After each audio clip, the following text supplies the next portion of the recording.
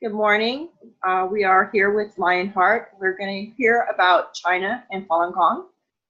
Lionheart is going to bring us the sauce on the information, and I want to hand it over to Lionheart, and he can present what he needs to, and we can ask questions when he has something that really needs to be, what is the word? It's early, sorry guys, expounded on. So go ahead, Lionheart, it's your show. Well, I'm very grateful, West, for allowing me to come on here, and Milkmaid and Mad Hatter, just everybody that has just extended their hearts for me to come on your beautiful show to speak to you guys out there about something that is most disturbing. And why is it so disturbing? First of all, we all have very busy lives, and unless it disturbs our life and disturbs our peace of mind and affects our well-being, we tend to never really look at it or, okay, that's so sad, but I have so much going on in my life. I've got my children to take care of. I've got my business to take care of. I've got commitments. And there's so much negativity in this world. Why do I need to be bothered by this? Well, I'll tell you why. Because it affects your human body. And it's just at the doorstep right now in this time of life, with our constitutional republic affected by communist China. The red dragon, as it has said in Revelations, and I'm not a religious man, but I sure do watch the signs, and I am a believer in God. But when you have a red dragon like this, a reign of terror that has not only harmed and killed its own people, but now is on the doorstep of our constitutional republic, it makes you think, well, maybe I should get concerned about this. And what I'm about to discuss with you today will not only soul stir you, but will make you cringe that this is going on in this world today, when we have so much enhanced technology, that we're living in a globalist market, that we're trying to obtain some kind of free republic, which we're fighting every day for. You've seen how Europe is burning with the yellow shirts in Paris. The nation of our nation is very divided. You have the left-wing extremists, you have right-wing, and you have the patriots.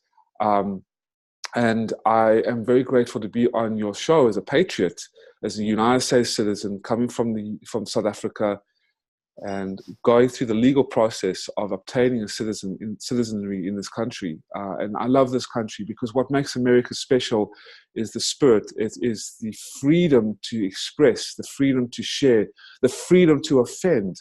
I remember a time in America where there was a saying in the rest of the world, loud-mouth Americans.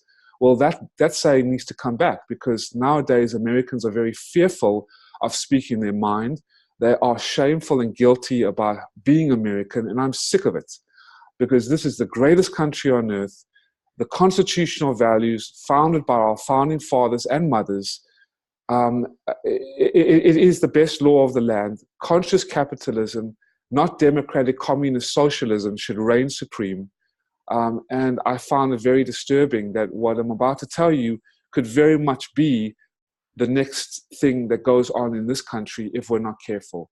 And that is rounding up of anyone, whether Christian, whether Buddhist, whether Muslim, whether patriotic, whether holding the flag and flying our flag, whether speaking out of political correctness, sharing what we feel, being Christian.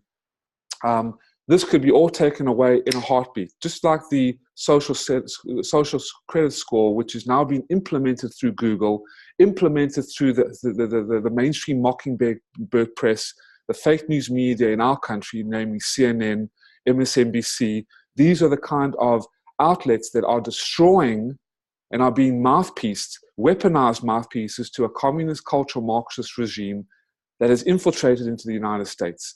And this regime, this reign of terror, namely the Chinese Communist Party, the beast from the east, the red dragon in Revelations, it is the axis of evil.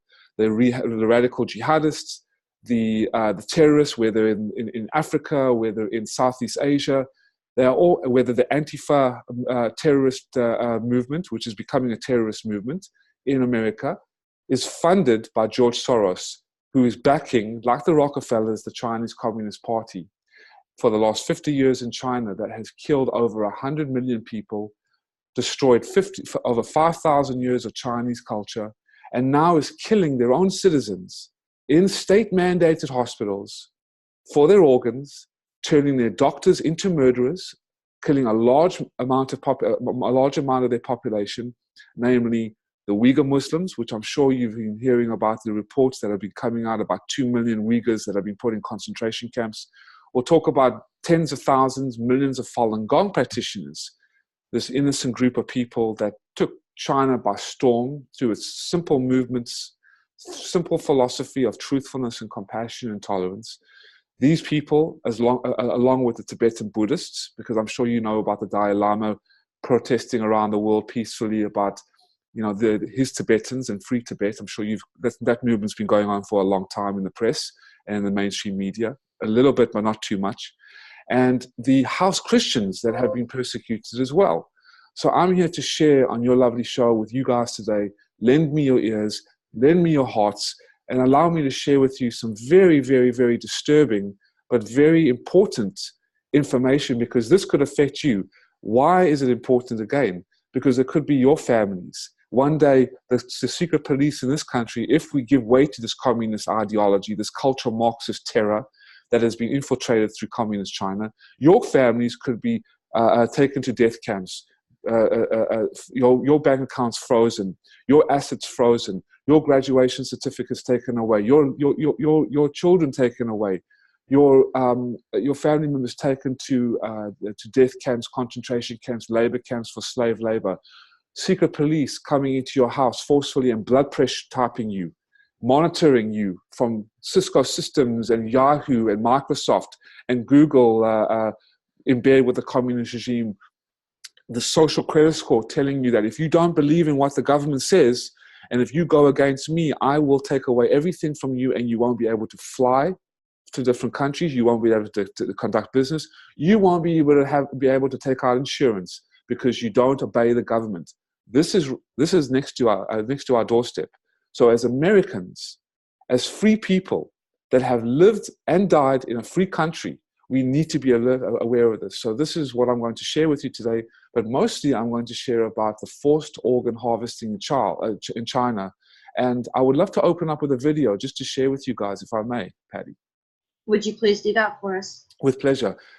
This is a video I shared with the investigators in London in the Parliament hearing in Westminster Abbey in May. And I shared with the investigators, it was a child trafficking court that was just established by a good friend of mine who used to be a deputy director at the United Nations before he left, and he continued to rally people around his cause in terms of exposing child trafficking. So I was invited cordially, and I rallied the investigators. You will hear and you will see as I share with you in my presentation, who have taken it upon their lives, dedicated upon themselves with no money at all, no fame, no recognition, but to expose this evil, this new form of evil that the communist regime has covered up and has now become China's dirty little secret for the last 20 years, where the United Nations has remained silent, the World Health Organization has remained silent, the Vatican has remained silent, governing bodies have remained silent, and most of the mainstream media has remained silent. That's why, before I start, I want to take my hat off to you, ladies and gentlemen, and to you, Patty, and to you, those who are listening and hard on Discord, and are just outright patriots and courageous people and good souls that have allowed me to come here. I cannot tell you how many people I've reached out to, from mainstream media to underground media to up-and-coming media, from CRTV. None of them on Twitter have come back to me, from Fox to the right, to the left, to CNN, to anybody, have come back to me and told and said, listen, come on your show. We're very excited for you to be here. Even a 5-minute segment. Now, there have been certain ones, including yourself, which I'm mighty grateful with.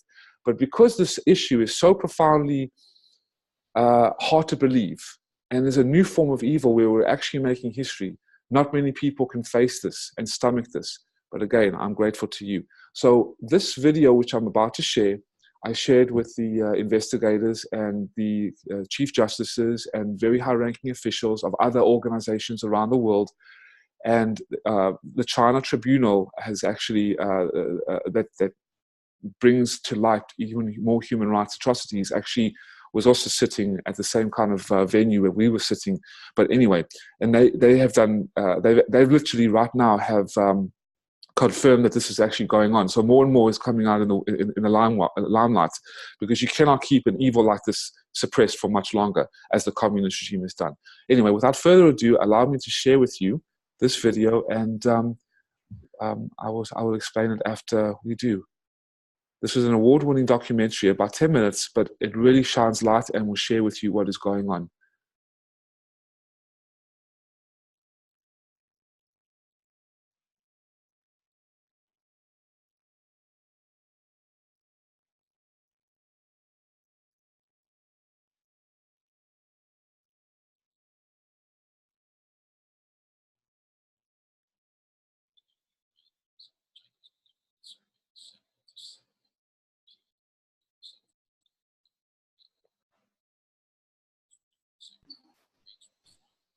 Your sound is a little bit low. Is there sound to this?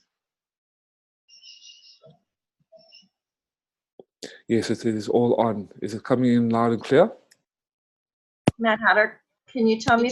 People targeted for elimination. Here it goes. Now it is.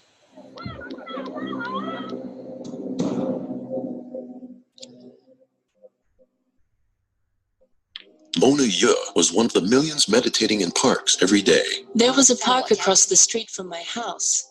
Because the first exercise site couldn't hold so many people anymore, it divided into the second, the third, the fourth. So at every street corner and in every park, you could see people practicing Falun Gong. There was from different kind in society. It was many policemen and military. It was just fundamental part of society at that time, and everybody knew somebody who practiced. Falun Gong is a traditional practice of self-cultivation, a practice of slow-moving exercises, meditation, and studying of the principles of truthfulness, compassion, and tolerance, and trying to adopt those into your life. While morning exercises had always been popular in China, Falun Gong brought more than just health benefits. For thousands of years, the Chinese people have believed in Buddhas and Taos and becoming an immortal. Falun Gong really dared to talk about these things, and immediately people took it to heart. Oh, the true ancient good things of China have come back.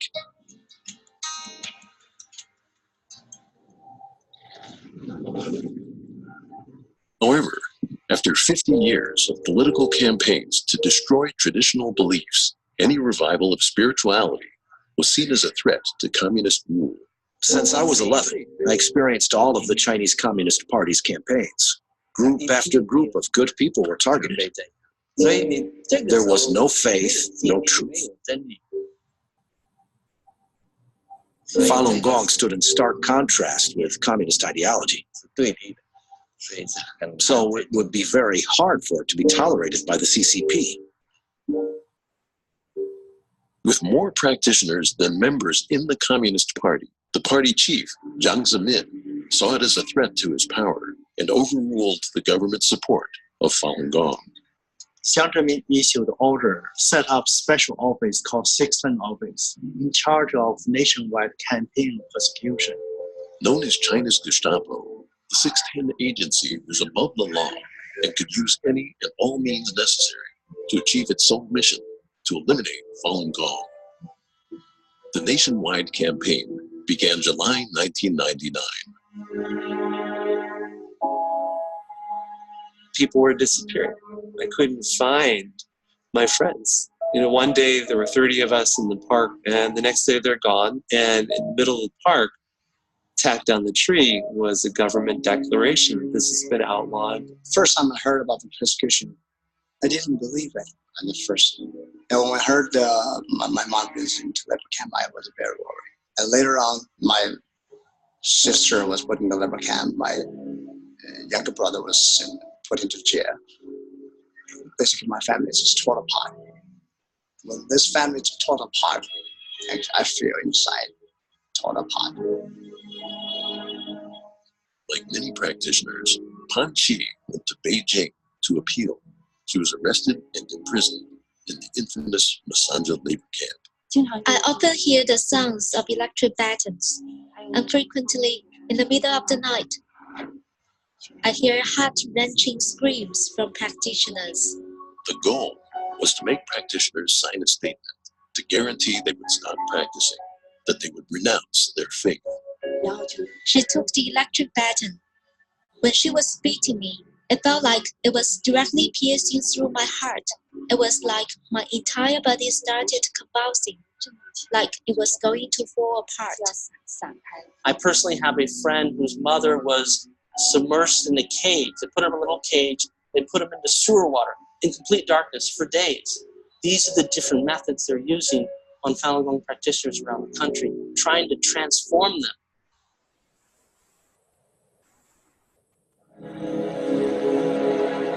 Hu Zhiming was teaching practitioners how to break through internet censorship in Shanghai when he was arrested. Police did not know what I did, but they knew that I practiced Falun Gong. So they arrested me first. Then they investigated my background and arrested everyone who had been in touch with me. After 2 years of interrogation, he was sentenced to 4 years at a Shanghai prison for teaching others to visit mingwei.org, which reports daily on the persecution. Every morning after I woke up, I was taken to a room and forced to sit about 1 meter away from the TV set and forced to watch videos slandering Falun Gong. This kind of brainwashing did not work. So they changed to another approach, which was intensive slave labor. Outside the labor camps, propaganda campaigns against Falun Gong were running 24/7 on all media. Like you turn on the TV, and literally the only way to describe it is propaganda marathons. You'd have mass book burnings organized by the party, steamrollers going over Falun Gong cassette tapes and CDs. Essentially, it's a process of demonizing and dehumanizing, incessant propaganda. In January 2001, Chinese Central Television broadcast this news that people were setting themselves on fire in Tiananmen Square, and they claimed that these were Falun Gong practitioners. This propaganda story used a mother and her 12-year-old daughter. It was a major turning point in the CCP's campaign. They turned Tiananmen Square into a movie set, and they used movie techniques to try to create something, but it was staged. Because state-run media broadcasted constantly for a year, people around China, their views on Falun Gong started to change. Initially, the Communist Party was very public about its campaign against Falun Gong. But what happened after about, starting from 2002, is that you started to see really almost more of a media blackout. Falun Gong simply became a taboo topic. With millions of practitioners in detention, one of the worst crimes in history began taking place in hospitals throughout the country as organ transplants suddenly began to skyrocket. We've been asked to investigate allegations that there has been harvesting of organs of Falun Gong in China. Our bottom line conclusion, after considering everything as best we could, was that the allegations are true. I began conducting comprehensive interviews with medical professionals, Chinese law enforcement personnel, and over 50 refugees from the Laogai system. But I estimate that 65,000 Falun Gong were murdered for their organs from 2000 to 2008.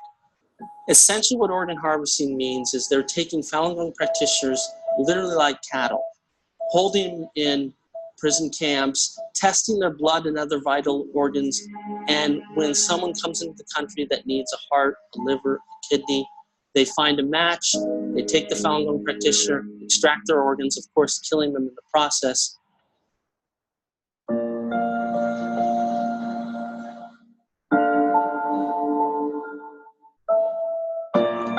It is literally life and death for many of the upper echelon of the party members that run China to not let the Falun Gong story be told.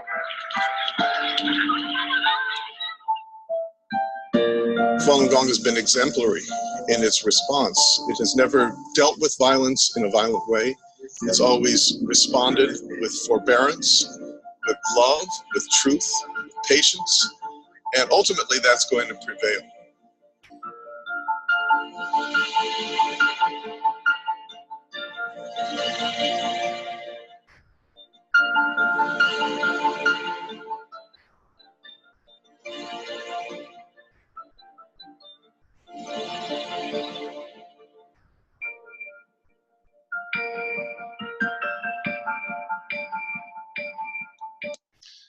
So that's what I wanted to share with you. I've got to say that it's just heart-wrenching. Yeah. It is just heart-wrenching. We have to push this out. Do you have any more that you can bring to us? I'd love to share with you. Yes, the next video I wanted to share with you, I get a little teary-eyed because I've been working on this for 18 years of my life, and you know it's very difficult to find people that really want us to share this, and it's just so hard because you deal with the indifference, and you deal with the silence, and you deal with the lack of apathy, and you deal with extinction, you deal with profit before anything, you know. And when this is $1 billion industry a year, sending hundreds and thousands of Falun Gong practitioners and others to state-mandated hospitals, cutting out their organs while alive, selling the organs as the healthiest organs in the world illegally without any consent. Because when you practice Falun Gong, the organs become so healthy. Ladies and gentlemen, those who are listening, those who are business people, those who are very successful lawyers, or anybody, even teachers, or yoga enthusiasts, or Christians, Jews, it doesn't matter, whether you're atheist, it doesn't matter. When you practice the Falun Gong exercises and you stretch your body in a way that the first exercises instructs you to do, you will feel all the energy channels, which outnumber the blood vessels, by the way, in medical science, they've realized. And they circulate the blood much more in a much more healthier way. When the energy channels are open, especially in ancient Eastern science, the blood flows more. You have reduced stress. You have your anxiety is relieved. Your metabolic process slows down. Even pregnant women, they have found. I was working with research, medical researchers in Virginia and otherwise around the world as well, even before the persecution of Falun Gong began. This is how they realized that the organs become so healthy, and the communist regime wanted to destroy them and first of all demonize them, and then turn public opinion against them with the propaganda machine, and then sell them for the organs. Because even with pregnant women, the babies become incredibly healthy. It's just quite remarkable what Falun Gong exercises and the peace of mind you receive from the exercises, what they do to the body. So allow me to share with you the next video. Let me see if I can share this with you. If I can share, let's see if I can the right version here. I'm not sure where it is. Here we go. Let me put this down. This is Ethan Gutman. He is an award-winning journalist with Matthew Robinson. This is the round table, which I want to share with you as well, about the investigators that have been on the case for so long. And I was lucky, like I said, to sit down with them in London to share about their investigators and their confirmation of at least 82 pieces of evidence. So here we go. I know it's quite long, but I'll take you through just the different parts, if I may. Yes, please. And share with you. But this, I think, is very telling. And evidence is what I bring. I would have been a really good defense attorney if I would have gone to law school, but I think you're bringing more than evidence, and I think the world needs to hear this, and it really needs to be pushed. Thank you so much for being such a caring person. Yes. Lionheart stands for a big heart and a ferocious courage to stand against evil and to contribute as a man. What is a man that cannot make the world a better place, and to protect us from the wolves? That's what I do in Vietnam as well, which I'm actually going back 2 weeks from now.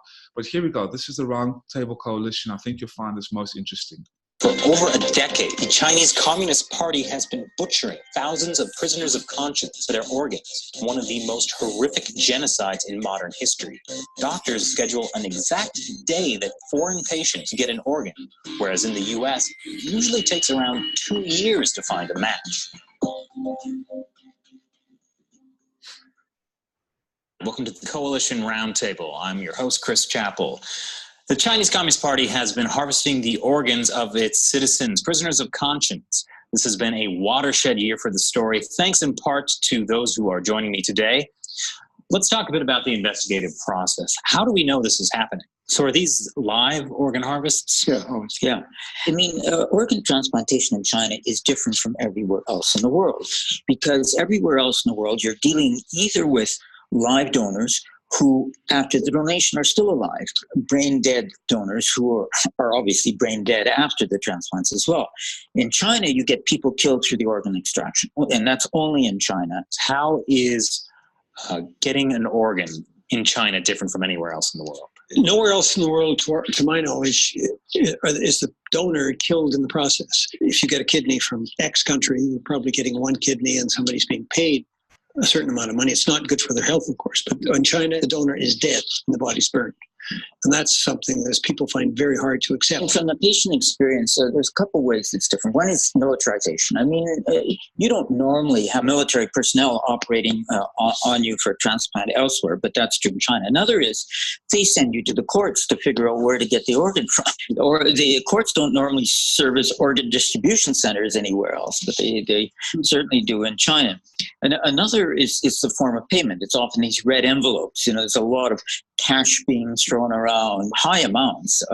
It just reeks of corruption and undercover activity. Don't we estimate that it's about $8 or $9 billion a year they're getting now out of their industrial scale? That's a lot of people, a lot of salaries. Let's talk about the amount of time it takes to get an organ in the U.S. versus in China. In China, you show up, you tell them when you're coming in advance and say, I want to get an organ, and you can book in advance, months in advance, if you want, a heart transplant, a liver transplant, whatever, a lung transplant, organs where obviously somebody has to be killed for the organs, because, a donor can't live without the heart. So you can book for somebody else to be killed months in advance, and that doesn't happen anywhere else in the world. You did the bloody harvest, you did the slaughter. Why did you make an update? What we did for Bloody Harvest and Slaughter is we just took the Communist Party of China's statements of volumes at face value. They said 10,000 years, so we started saying, okay, where does this come from, 10,000 years? But at some point, we realized, well, I mean, they lie about everything else. Why would they be telling the truth about this?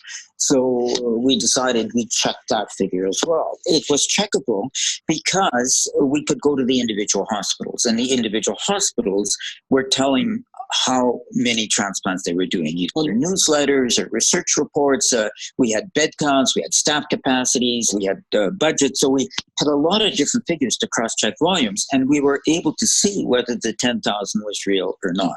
Obviously, it's a lot of work because there's 1,000 hospitals in China doing transplants. 169 of them were eventually registered officially as being allowed to do it, but there was maybe 800 plus others that were also doing it. What we did, obviously with researchers, and a lot of them, is go through all this hospital data to get real volume figures rather than just Communist Party volume figures. I think, the person who I thought explained all this best with the various research methods that were coming out there is Matt Robertson, because he really went through in one article he did called A Hospital Built for Murder. He went through comprehensively all the different approaches, or what he called guerrilla numbers, to establishing transplant. It's a brilliant article, Matt. Yeah, and that was on one hospital. I'm glad you brought that up. Matt, tell us about the Tianjin Hospital. I think our challenge all along has been to convince the diehard skeptics. And the original thought behind that was to try to bring this issue into one tangible thing that you can hold in your hand and kind of move around. So you feel a lot of the information in the Bloody Harvest and the slaughter was not enough to convince the skeptics? Because it sounds like there's a lot of information out there that was just on the table. First of all, they don't read the stuff. I mean, so that already makes it very difficult. Very difficult to do. Well, there's a way to. These diehard skeptics, they would just not read the stuff and then dismiss it. I've met with former senior people at major human rights organizations, and they don't know that it's for real. They don't think it's for real. They're like, oh yeah, that issue. Yeah, but I thought it's like a bit, thrown together. They don't have this idea that it's like totally for real. So where's that gap coming from? Because it is such a difficult issue to study. Like if you look at any other major human rights issue in China over the last 20 years or so, for others you've got some document, for example, looking at orphanages in China that just killed babies, they let them starve to death in the cold. In that case, there was someone who came out, a doctor who escaped with a duffel bag of documents. And so that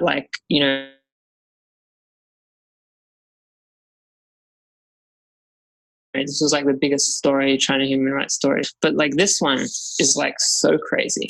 You have to go about it systematically because you have to whack like 3, 4, 5 moles at once, because people always have these different objections to like, well, how do you know it's really know it's not death row? Anyway, the Tianjin, the whole point of that was to eliminate objections. Just going by that one hospital, you can be like, if at least you can show that in this hospital there's something really screwy going on, like first of all that there's way more transplants than can be explained by the official explanation, how many then you're already somewhere. Tianjin, we have figures on Tianjin. Yeah, about 4,000. But look, we don't know. We can say how many transplants. You say, look, probably this many. It's like completely estimates. You say you can't know how many transplants this one hospital is doing. How do we know that there because are you can more get a than really 10,000? good idea. Because here's what you can do. You can be like, okay, so in 2006 they built a new building with 500 beds, 17 stories. It was funded by the Tianjin government. 2006, like the next year, they moved a death row approval to the Supreme People's Court, and they severely dropped the number of people on death row. So the first thing is you show the numbers are really big. And so, for example, you've got like 500 beds, and then the occupancy of those beds for kidney and liver transplants is like 90%. On their website, they say the average waiting time is 3 to 4 weeks. And so if you say, you've got the beds are occupied to like, 350 beds are occupied at any one time. And you can also cross-reference it with the surgeons they have there. So they've got like a massive surgical team, like 60, 70 surgeons. They've got like their thick bios. It's not easy to be a transplant doctor. There's a lot of, it's a lot of work. It's a very specialized field of medicine. And so you just put all this together, and the first thing you establish is that the volume is simply huge. So like any skeptics out there who are watching this, like they have to explain who else is being killed. So they don't think like, Falun Gong, this is too crazy. Then it's like, okay, so who? And officially, China admitted to using executed prisoners. Well, they flipped around on that. Originally, they said it was all donations. Then they said it was almost all executed prisoners. And now they're back to saying it's all donations. And it's not possible that donations, like they've implemented a donation system, and that's why. Yeah, that's of January 2015. So like everything about this is very hard to study. So like, for example, we know after 2015 that this persisted because, for example, you got people making phone calls and they're able to nail down like, they've got people saying, yeah, we've got a week. And so some could be lying, but when you do that to 20 hospitals and they're all saying, we've got organs, then you know that it's still going on. We got callers calling donation centers, and the donation centers say we don't have any donations. They would also say the phone would actually ring for a month and a half. They'd call every day. Finally, somebody would answer the phone. And they'd ask, well, how many donations do you have? They said 5. We went to Human Rights Watch, Amnesty International, and Human Rights in China almost in 2006. Metis and I both have been involved with Amnesty International in Canada, and they basically took a 7-year hold on this. They wouldn't agree that this was happening. And one of them told me privately is that they felt that if they raised this issue, they would lose all ability to lobby to get rid of the death penalty in China. So basically, for 7 years, head office for Amnesty then was in London. We were not allowed to get anywhere with Amnesty on this issue. We now have Amnesty fully on side with us as of about a year ago. I think Human Rights Watch, I'm not quite sure where Human Rights Watch is, but they have come around eventually. And the one thing that Matt said I'd like to follow up on is about waiting times. And there are not waiting times for organs, but there are waiting times for beds because these hospitals are operating at capacity. There aren't enough doctors, there aren't enough beds, there aren't enough hospitals. And there's been this huge building boom of transplant hospitals, and Tianjin's one example of it. And how can they be building all this capital unless they're sure that not only there's a huge supply of organs now, but there's an endless supply of organs into the future? And that is one of the most striking things that all this supposed debate has been going on. There's been all this hurly-burly and political play and statements from the Chinese about all their reforms and so forth. And we see there's nothing reflected in the actual hospital records. There's nothing but construction, nothing but an endless construction, and no signs to be seen within the actual literature of a lack of confidence in the future. Most just creepiest thing is this sense that, well, we're just going to have organs going into the future. Ask David about Wang Jiefu. Well, so Huang Jiefu, the person, how would I describe him? He's the person in charge of the Chief reform. liar. So he gives a number of 10,000 transplants a year. How many organ transplants a year do you find in the country? Well, what we did is we didn't have a specific figure. We did a range between 60,000 and 100,000 a year. So he's saying 10,000. You're saying 60 to 100,000 a year, and it's increasing over time because of the increasing capacity. So the earlier years maybe it's closer to 60,000, later years closer to 100,000. Wang Jiefu at one time was Deputy Minister of Health. He's the vice chair of the healthcare committee for the Communist Party. That's very important. Like, he is in charge of the health of top party leaders. He's a liver surgeon. So we'll try not to say anything bad. The function we see him performing is basically he's the public face of the Chinese Communist Party on this issue. And he's constantly making statements about it. And if you track his statements over time, he contradicts himself all the time. I mean, you can point to one thing about it, he says it's true or is it not. But if you look at a bunch of things he says, he's just contradicting himself. So it's just pointless even talking about what he says. Matt, I believe you have. So I just wanted to stop there, and I can continue playing the second, the third, the fourth. But I just got to show those are all the investigators: Ethan Gutman, David Kilgore, David Mattis. David Kilgore and David Mattis. David Kilgore is the former Secretary of State to the Asian Affairs of the Canadian Parliament. And then you have David Mattis, who is an international human rights lawyer, both nominated for the Nobel Peace Prize of 2018. You have Ethan Gutman, who is an award-winning journalist and China watcher. He's also nominated for the Nobel Peace Prize. He sat with Falun Gong practitioners and Uyghur Muslims in China and did research over 10 years of investigative confirmation reports and maintained the evidence and published his evidence in the slaughter of his book, which can be bought on Amazon. And then you had Anastasia Lin, Matthew Robinson, who was talking about his article about Tianjin, the hospital. And then the lady was Anastasia Lin, or is Anastasia Lin, two-time Miss World 2016 and 2017. The Miss Universe was on last night on TV. So these are very credible people. And through their research, through the hospitals, through the prison guards who were actually, and the Chinese surgeons who were actually watching the military sending cattle cars, sealed steel freight containers full of Falun Gong practitioners, handcuffed like rotisserie chickens to the rail, sent to these state-mandated hospitals, sent to the labor camps for forced organ harvesting, extraction, and labor and slave labor. They bear witness. I actually sat down with Enver Tohti, who I'd love to share with you as well. He was a Chinese surgeon in China who fled China in 1995 and and exposed this evil and atrocity. So I would love to share with you, if I may. Let's see if I can share with you this. It is Edward Macmillan Scott. Now, Edward Macmillan Scott is the 4-time Vice President of the European Union and European Council, I believe. And this is a European Parliament, excuse me. And this is the European Parliament Transparent Plenary talking about the Falun Gong and the forced organ harvesting.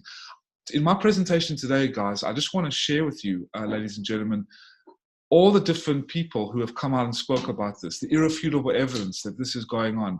There's no denying it. This is just a cover-up, a complete cover-up. And the more we get the word out, you will see in the next year, the less the communist regime will have any leeway to cover this up. They've used all the information, all the governing bodies to cover this up through bribes. They have done this to the different governing bodies around the world in Southeast Asia. And the World Health Organization, Huang Jiefu, who they were talking about who is the deputy minister of the Chinese Communist Party, has just joined the World Health Organization and sits on the board. And when David Kilgore and David Mattis gave them the evidence, they refuted the claims because of Huang Jiefu telling them, no, this is not going on, when he was actually overseeing the persecution and the organ harvesting in China, when was actually doing, as a liver transplant surgeon, extracting the livers of Falun Gong practitioners in China. But they went along with the doctor. They went along with Huang Jiefu and denied that this is going on and turned their backs on the investigators. This is what you're dealing with. Same with the Vatican, which I can get into later. But This is Edward Millen Scott, the 4-time Vice President of the European Parliament, sharing his testimony. If I can play that for you, please. Macmillan Scott, thank you very much indeed, Peter. I wrote a report on EU-China relations in 1996-7 for the Foreign Affairs Committee, and returned to Beijing in 2006, where I met ex-prisoners of conscience, Falun Gong practitioners, as well as made contact with a number of other dissidents and reformers. All the Chinese with whom I had contact were then imprisoned, and in some cases, like Gao Zhisheng, tortured. Gao Zhisheng is a Christian human rights lawyer, very, very well known in China, who investigated the persecution of Falun Gong and wrote reports about it. And one of the people I met, Cao Dong, who had been in prison, told me the story about how his best friend had disappeared one evening from the cell in their prison. And the next time he saw him, it was his body in the prison hospital with holes where body parts had been extracted. The belief that I have, and I share with David Kilgore, that organ harvesting is widespread in China, and it is restricted almost exclusively to Falun Gong practitioners. The only prisoners in China who are routinely blood tested and blood pressure tested are Falun Gong practitioners. The organ transplant industry is in the hands of the military. The People's Liberation Army is responsible for the hospitals, the transportation of body parts, and the sale of them. It is therefore a governmental activity and constitutes genocide under Article 2 of the Genocide Convention. It is as serious as that. And my final word is, with respect to you, Peter, the Falun Gong are to the Chinese regime of today what the Jews were to the Nazis during the war. And we should all take note of this and look at China with new eyes. The European Parliament comes from a very diverse background, and as Peter has already said, even within this quite straightforward resolution, there are still problems, because the absolute deluge of propaganda from the regime in Beijing, vilifying Falun Gong as some sort of extremist cult. Now, I've met, as I said, hundreds of members of Falun Gong. It is not a sect, it is not a cult, there is no money involved, there is no brainwashing. All the normal characteristics of a cult simply don't exist. These are people who practice their spiritual exercises on their own, and yet, as I said, because between 70 and 100 million people in 1999 were practicing Falun Gong, this was seen by Jiang Zemin, then the leader of the Communist Party, as a threat to his own position. It wasn't, of course, but he saw the opportunity of creating an enemy within. Just as during the war, the Nazis singled out the Jews as a special characteristic and did what they did to the Jews. The same is happening today to Falun Gong in China. That is why it is genocide. That's why I say it's so serious. As to whether... And that was Edward Macmillan Scott. I just wanted to share with you. I have one question. What do you think Z is doing about this? Is he even helping the Falun Gong followers, or is he actually consenting to this happening still? She is complicit in this. He's become a dictator. They all know since 1999, when the persecution started in China, the crackdown basically, like Kristallnacht, like the Jews with the Nazis, it was forbidden to practice Falun Gong in any park. They have just made a mandate they are making a mandate in Vietnam. That's why my operation has just been shut down in Vietnam. I'm in the States right now, and I heard about this while I was here, that our offices have been shut down. They have targeted Falun Gong practitioners in China, in Vietnam, because we are creating such a storm in media coverage, especially with our we have the largest Chinese news station outside of China. It's called New Tang Dynasty Television, created by Falun Gong practitioners from China to expose this evil in around the world. So they shut us down and are targeting Falun Gong practitioners in Vietnam. I'm actually going back in 2 weeks to become an English teacher, just to go under the radar so I don't get a mark on my back And even if they come after me and torture me, they will never get anything from me, because I'm Lionheart, and they'll have to do more. They'll have to take my soul before I confess anything or rat anybody out. And that is the greatest gift that the Lord can give me: a noble life, but to die a noble death in the line of fire to save others. And that is what a man like myself lives for. But she is a complete dictator. Him, Hu Jintao, Jiang Zemin. Now, Jiang Zemin was the former president, as Sir Edward Macmillan was talking about, who started the persecution of Falun Gong, the evil head of the communist regime in 1999. He was military dictator.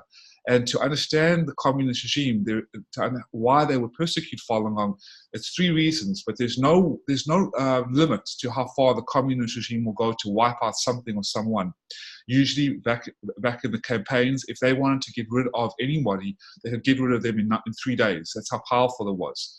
But Falun Gong has been a thorn in their side for the last 17, 18, even 19 years, to eradicate them, to persecute them, and eliminate them for their organs. And they went to such an extreme, the communist regime, spending at least 1/4 of China's gross domestic profit for the last 15 to 20 years. And they created a 610 office, a Gestapo-type office on June 10th, 1999, 1 month before the whole crackdown, that still, to this day, sits on top of the communist regime, the Communist Party, that controls the government system. There's the party system and the government system and the economic system, and there's no checks and balances. There's no legislative, executive, and judicial branches. It's complete party system controlling the economic, social, and political spectrums of the entire country of China. Bred for one purpose, created for one purpose, founded for one purpose only, ladies and gentlemen, to eradicate Falun Gong from all levels of government, all levels of economic, social, and political stratums. Because when you have 100 million people, 1 out of every 10 Chinese national citizens, from the highest ranking officials of the Communist Party, to bankers, to lawyers, to government officials, to military generals, to professors, to very high-ranking people, more than half of upper-class society in China were practicing Falun Gong. By 1998, the government had to do something to eradicate it. So they have sent hundreds and thousands of intellectuals to death camps, state-mandated hospitals, labor camps, detention centers, killing them for their organs, using them for forced organ for slave labor. Where do you think all the Walmart products are coming from? The Kmart products are coming from, and there have been letters that have been placed into Kmart gifts, and the consumers have opened up and said, "Whoa, I never expected this. This was a letter from a labor camp," and this has been on CNN. This has been covered, but yet President Xi is fully accomplished, aiding and abetting this. Same with Google. I mean, Sundar, they were just on Capitol Hill. And God bless Alex Jones. I was on InfoWars about 2 years ago. Love him or hate him, say what you want to say about him. You can think him as a crazy conspiracy theorist. But he is one of the very few, like yourselves, that have actually stood in support of exposing the communist regime. And I went on their program 2 years ago with Leanne McAdoo, the lovely presenter. And she talked about it, shared with me. And after the interview, I heard that they were cyber attacked by the communist regime to try and shut us up, as well as the big tech companies purging Alex Jones and other conservative networks. Gavin McGuinness was just taken off. I was on Gavin McGuinness, the CRTV host. He was taken off. There have been massive purges of conservative talk show hosts from platforms like Google, from Yahoo, YouTube, Facebook, Twitter. Exposing the Chi-Coms, exposing the cultural Marxism, exposing the deep state. Myself, I've also been targeted. I had to sit down with the Federal Bureau of Investigation in 2005.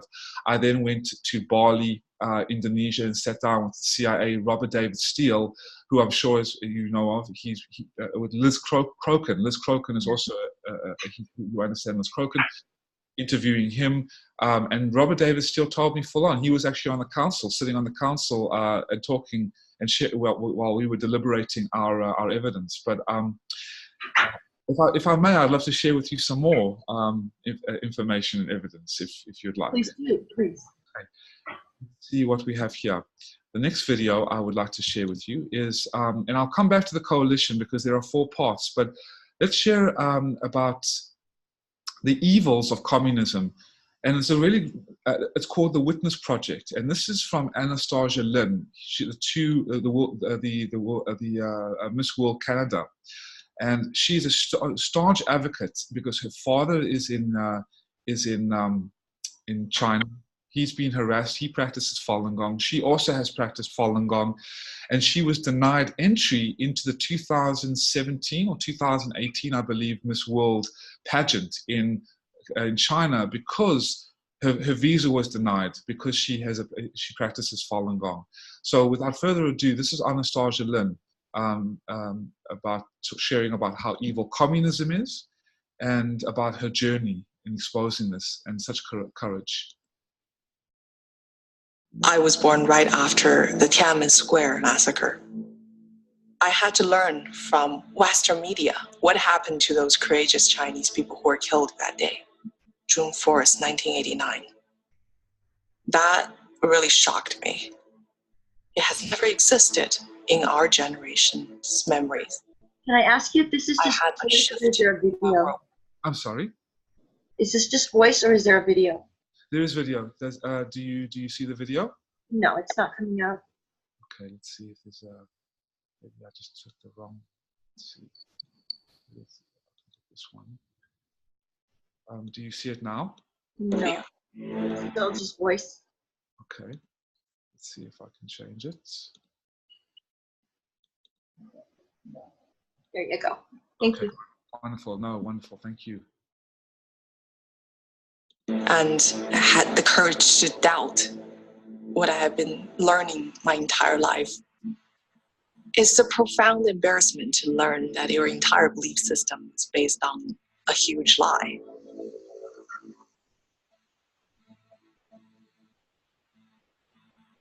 My name is Anastasia Lin. My Chinese name is Ling Yefan. I am a working actress, and I am Miss World Canada 2015 and 16. I entered the beauty pageant because I wanted to speak up for those people. Anastasia Lin is an advocate for human rights in China. Anastasia Lin. Lin is an outspoken critic of China's human rights record. I feel like I'm just putting one foot in front of another. I never look at myself like a human rights activist. Chinese people and Western people live in 2 different worlds. I consider myself to be Canadian, and also I grew up in a Chinese environment. Chinese people consider I'm Chinese. I'm stuck in the middle.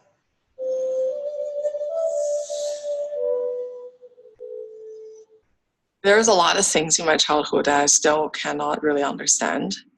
We were taught songs that had lyrics about how the Communist Party is closer to you than your own mother. The Communist Party is always glorious, righteous, and great. Always believe them. The party is good for you. Educate ourselves. Denounce our enemies. You should always strive for being aligned. I was elected as a student leader, and I taught to discourage their private personalities to make their whole being assimilate to the communist ideology. I became an agent for the state to persecute my fellow Chinese. Report to teacher, whoever is not in line. And I didn't know better.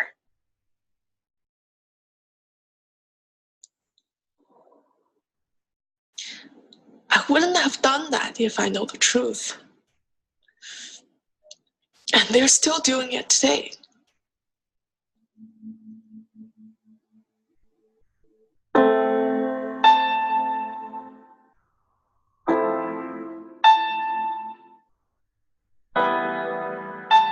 My mother wanted to bring me out of China because of that. Because she thinks that that environment cannot be healthy for a child. And she wanted me to grow up in a society that has dignity and be free to be who I am.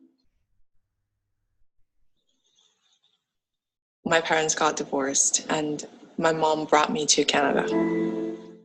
The change that I experienced didn't happen overnight. It happened over a course of quite a few years. A lifetime of indoctrination is not easy to shed.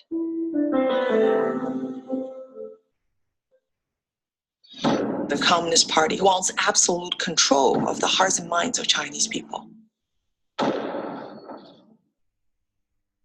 After I came to Canada, I learned the Chinese Communist Party has a few buttons that people can push. The Tibetans, the Uyghurs, the Falun Gong, House Christians, Taiwan, and Tiananmen Square. I went online and searched all those topics. I was most shocked when I watched the video of Tiananmen Massacre. Chinese people tried. Everybody came together. In my 13 years of experience in China, I'd never really seen Chinese people willing to risk their lives for other people. But on that day, they were rescuing the students with bullets flying around them. It gave me a new understanding, new appreciation for my countrymen. I knew that I had to go to the Miss World competition. Why a beauty pageant? I thought that's a great way to raise awareness. This heritage of freedom, I pledge to uphold for myself and all mankind. And that is why I'm fighting for what I think is right. Chinese people are not living happily and freely like they should be. And that's why they're scared of me going to China. Anastasia Lin's been barred from a beauty pageant there. Canada's entrant in the Miss World contest stopped from entering mainland China. I'm not welcome to the country anymore. Ask the Chinese government, why is it afraid to let in a beauty queen? They don't want me to go there and encourage Chinese people to speak up. They don't want me to go there to offer them hope. They don't want me to go there and then the Chinese people can look at their daughter on the screen and say, perhaps we can be less afraid because she is not. For communists, that's a terrible thing. When you speak your mind, the Communist Party is going to go after you. They will always use your family member as leverage to silence you. My father was threatened in China by the state security force. I got a message from my dad saying that I should stop talking about human rights or my family's going to face consequences. He was very scared and I felt very vulnerable. My father didn't speak to me for a very long time. At one point, I thought he was not proud of me anymore. And then he sent me this key as a gift. The key means that they cannot destroy a father's love for a daughter. The care we have for each other, no matter how hard they try. I spoke the truth. In the past 6 decades, Chinese communists tried very hard to insert fear, hate in Chinese people's mind and heart. They made us hate each other. They made us fight each other, different social class to fight each other, destroy our traditional culture. But there's a truth that they cannot take away. And I know that it's in the Chinese people's heart. And one day they will discover it. They will confront the crimes of the Communist Party.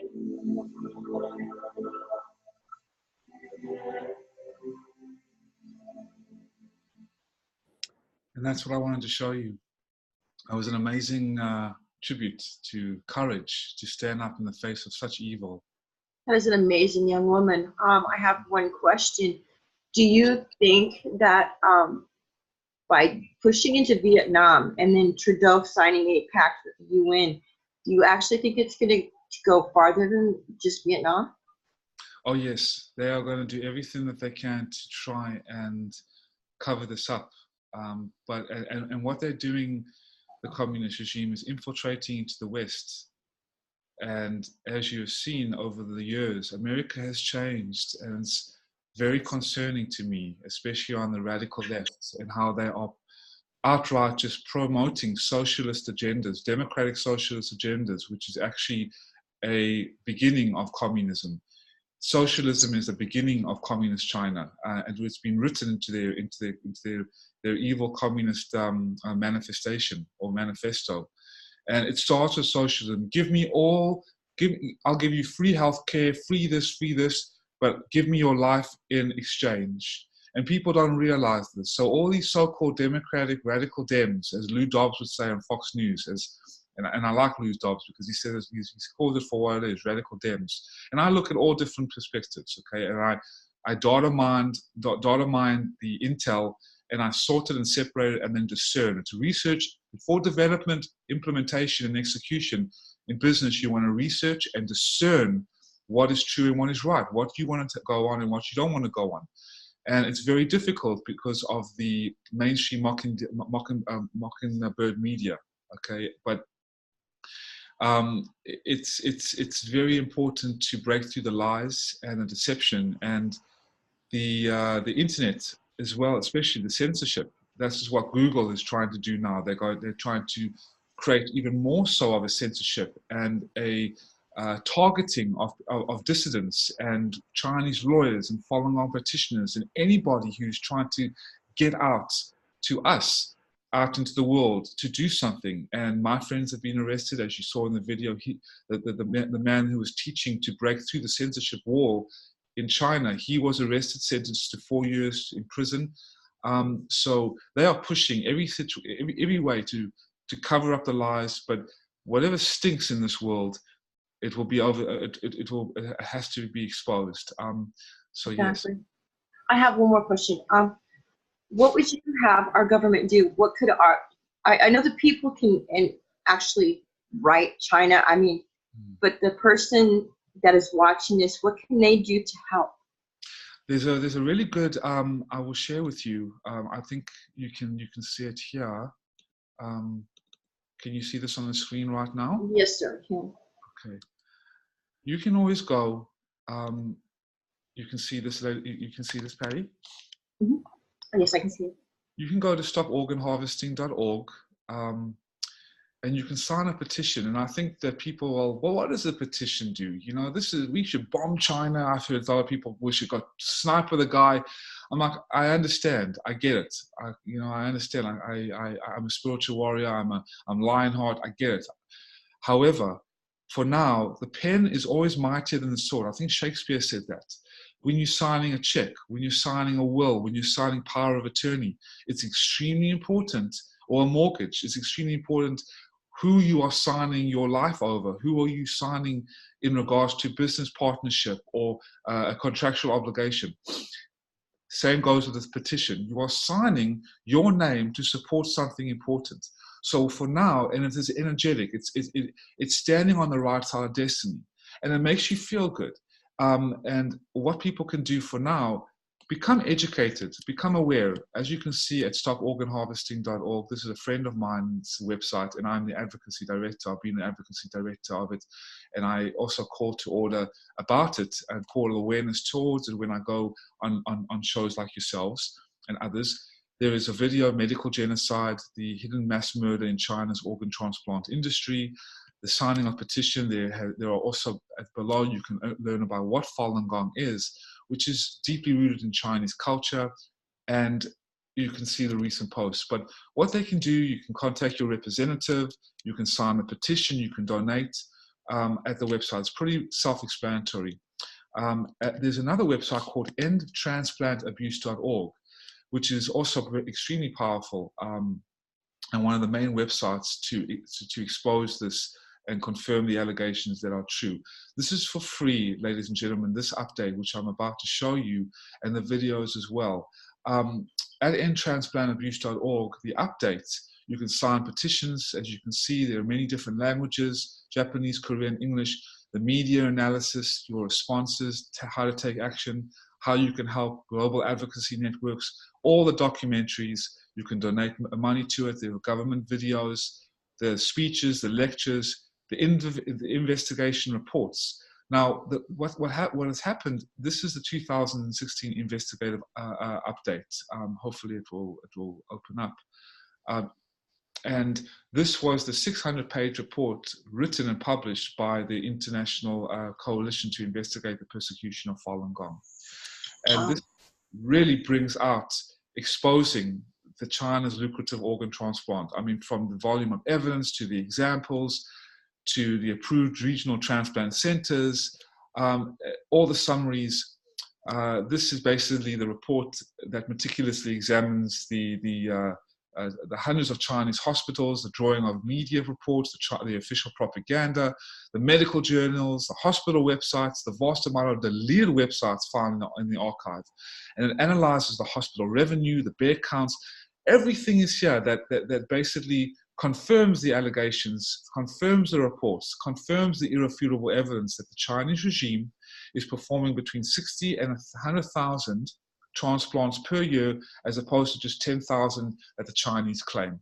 And The Slaughter, written by David Kilgore and David Mattis, this book right here, let's just show you, hopefully I can, let me first show you Bloody Harvest.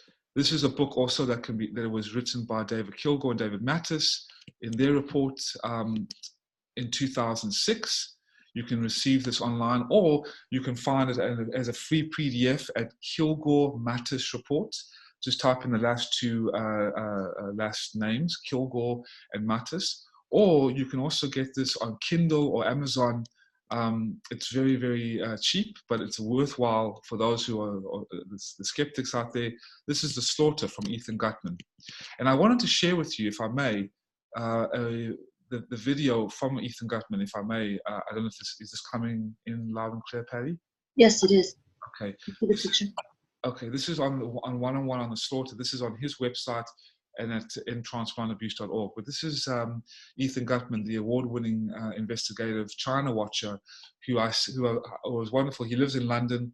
He's a nominee of the Nobel Peace Prize, and I actually had the honor to sit with him in London. And here we go. I would like to share this with your listeners. Thank you.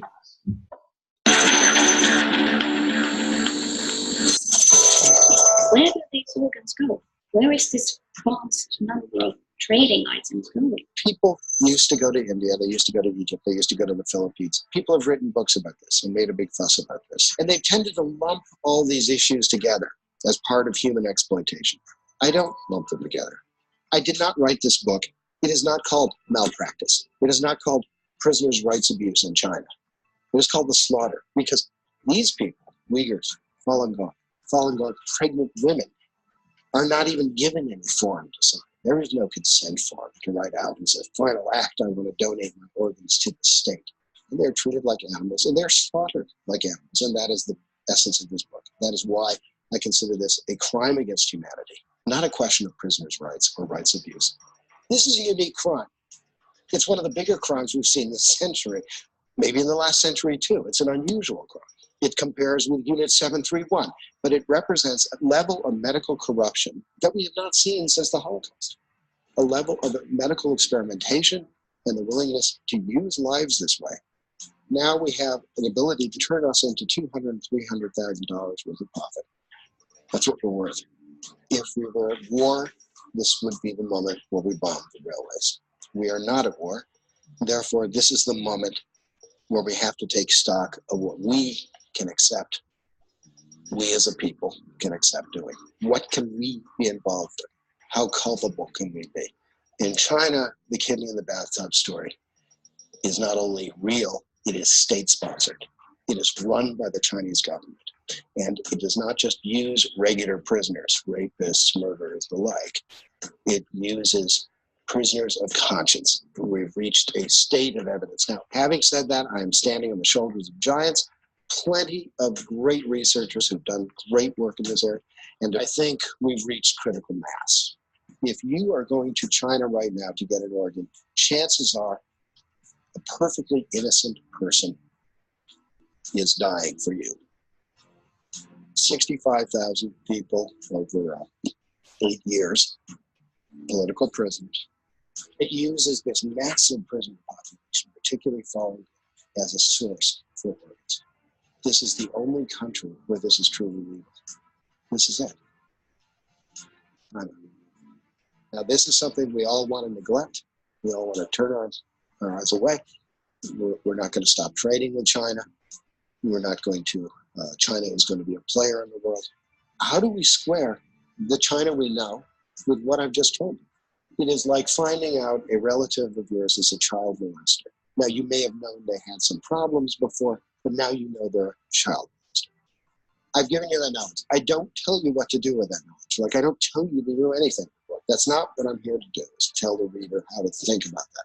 But if we are to live with ourselves, can we continue to have organ tourism to China?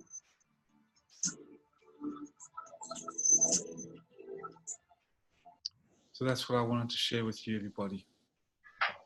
That is just amazing. I have an issue with this. I understand when people are dying, they want to get the help they actually need, like a new heart or a new kidney or something like that, but to take somebody else's life in order for you to live, it just seems so heartless.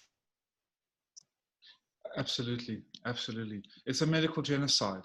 And I just wanted to share, if I may, about people are like, well, what is this Falun Gong? I'm not really clear about what this is. I would love to share just an introduction to what Falun Gong really is, and then maybe people will get the whole picture of why the government, the communist regime, is particularly targeting these people.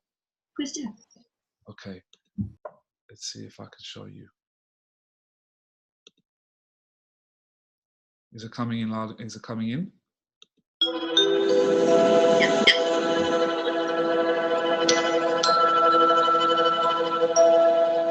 These are the exercises that bring the body to a state of health. Beautiful. I've been practicing for over 10 years. Wonderful. Falun Dafa, also known as Falun Gong, is an advanced self-cultivation practice that improves mental and physical wellness through physical exercises and the development of one's character. In China, cultivation practices have a history of thousands of years and form the spiritual foundation of Chinese civilization. In 1992, Falun Dafa was introduced to the public by Master Li Hongzhi. The practice quickly spread because of its profound principles and proven health benefits. By 1999, with over 100 million practitioners, Falun Dafa had grown to become the largest practice of its kind in China and around the world. Traditional Chinese medicine focuses on energy channels and believes that the health of the body is related to the health of the mind. Falun Dafa cultivates mind and body simultaneously, improving the body's natural immunity. I had a very, very bad immune system. I was sick all the time. And I came to the practice for spiritual reasons, but I immediately stopped getting sick. I kept thinking, why am I not getting sick? I kept saying, what's wrong? As a matter of fact, I go to parties now, and they used to say, oh, give the sick babies to Jeannie. She never gets sick. I feel an energy in my body that's very subtle and hard to describe, but it feels very good.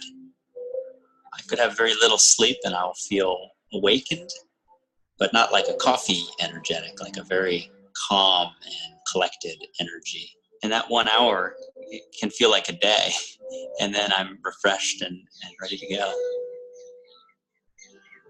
Before I practiced Falun Gong, when I got scolded by my boss or supervisor, I was very annoyed, and immediately I would complain about others, or felt it wasn't fair. But after I started practicing, the biggest lesson I learned was looking inside and always find something to improve within myself. If I didn't like something that another person did, I would think about, oh, I don't like that. I don't like that that person does that. And I realized that it was having a direct effect on my health by having that bad thought about that person. And as soon as I realized that, I changed my thinking so that I wouldn't think about what things I didn't like or liked about other people, and more just how I should be responsible to being a good person and controlling my thinking and quieting my thinking. And then the headaches went away.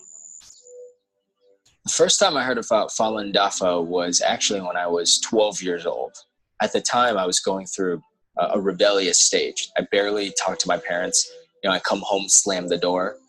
Meditation taught me to look within. I started talking to my parents more. I started respecting them more. So my mother was very happy because, you know, it's like she got her son back. In 1983, I was diagnosed with muscular dystrophy, which is incurable in Western and Eastern medicine. In February 1998, a friend from China wrote me a letter. She told me that Falun Dafa is a true practice that can improve people's morals as well as physical health. So I began to practice Falun Gong. In 3 months, I totally recovered. At the core of Falun Dafa are the values of truthfulness, compassion, and forbearance. Falun Dafa teaches that these are the supreme qualities of the universe and takes them to be a guide for daily life and practice. Well, when I was little, I would stare, like, at night, just sit on my bed and look at the stars and think, like, why were you here in the first place? Why do you even exist? And most of all, where do you come from? First time I read John Falun, the book on Falun Dafa, I felt a lot of those questions were just immediately answered. So there we go. I just wanted to share with you, everybody, about Falun Gong. And then this practice has skyrocketed. It became the life force of China, as you saw in the ancient temples and the sports stadiums, and it won all the health awards, and even the Chinese government awarded it for the health benefits. Mr. Li Hongxi, the founder of Teacher Li, has been nominated for 5 Nobel Peace Prizes, given hundreds of awards throughout the states, honorary awards, proclamations from mayors. The House of Representatives have unanimously urged the communist regime to stop persecuting the Falun Gong. But yeah, because your body becomes so healthy. And I used to be a martial arts practitioner. I used to do Tai Chi, yoga, athletics. I love working out. When I came to Falun Gong, it immediately relaxed me. I could breathe better. I could work better. I could cooperate with my colleagues better in corporate America, with children. I don't get, it's just beautiful. And it's free of charge. It's practiced all over the world, free of charge. Now, Falun Gong is something like Tai Chi. How does it compare?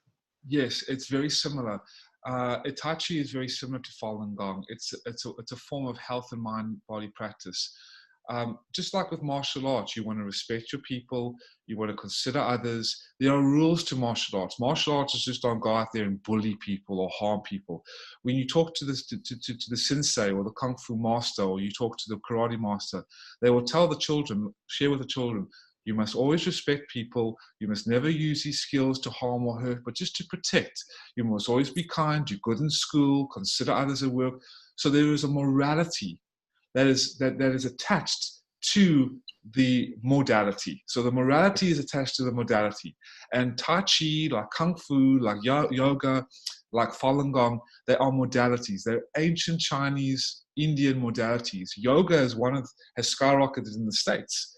People love yoga, but there is also a morality to yoga where you want to practice, but you practice to be happier, healthier, breathe better, but there's also a form of consideration to others.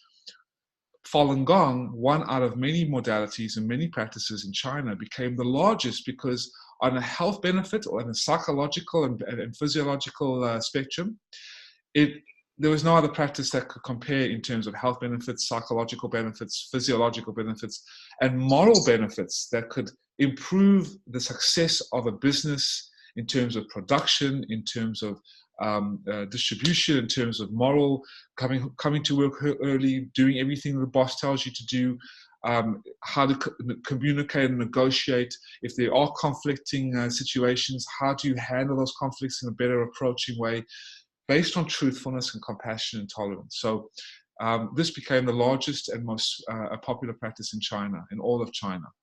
until it was outlawed by the communist regime and now has been demonized. And that's why in the West, we don't really know. Well, I heard this is a cult. This is a sinister religion. This is a terrorist group. This is the propaganda. This is the weaponized demonization of an innocent group of people in order to turn public opinion against it and kill them for their organs. Very messed up. Right. So I wanted to... No, go ahead. I'm sorry. No, please. I was just going to ask, if there's one thing that you would ask the president, Donald Trump, what would you say to him? I would say, Mr. President, with all my heart and spirit and soul, you and Mr. Pence, because Mike Pence did an incredible speech. I don't know when it was, but he did an incredible speech on China, and he understands fully. Mr. Trump understands fully. He actually passed a law on January 1st, I believe, or he passed an executive order on child trafficking and trafficking, and he mentioned Falun Gong.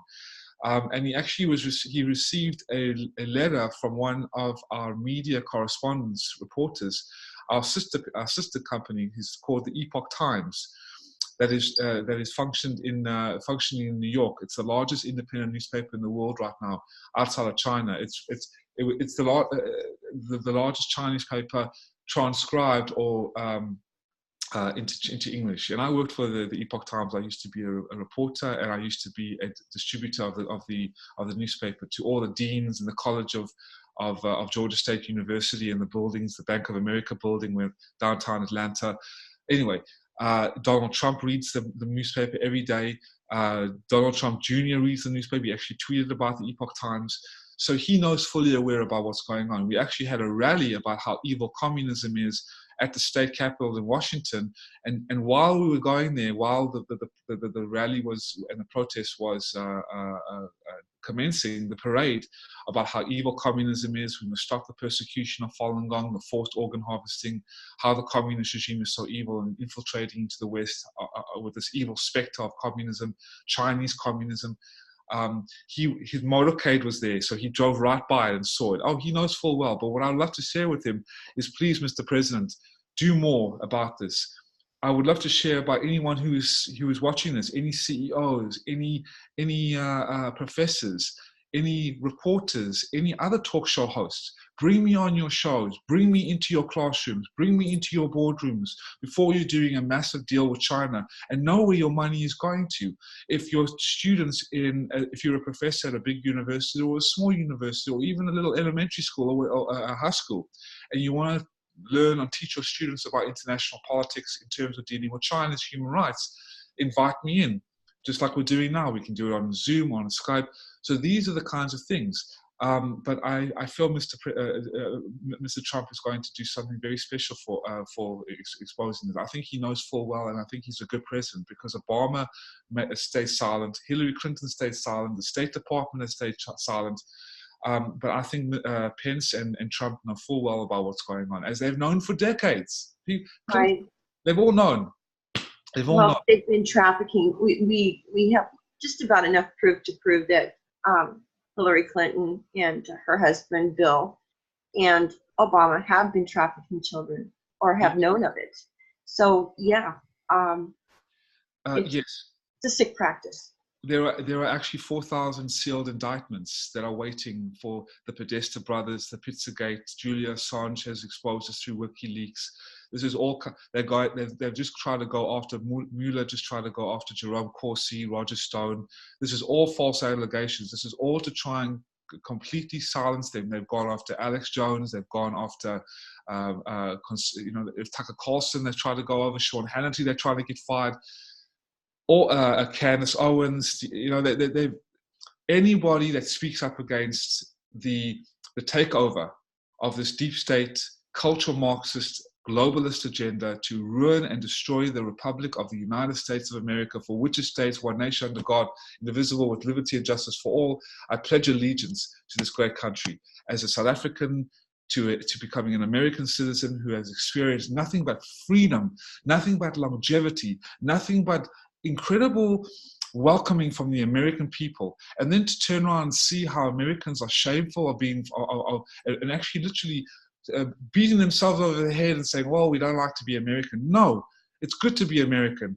It's okay to be white. It's okay to be black. It's okay to be brown. It's okay to be an Oompa Loompa. If you want to be a transgender, you want to be gay, whatever you want to be, do not compel speech, though. Do not mandate vaccines. Do not force and push agendas on children or on anybody.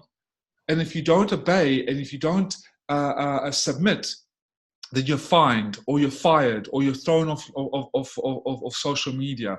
This is not American. This is communistic.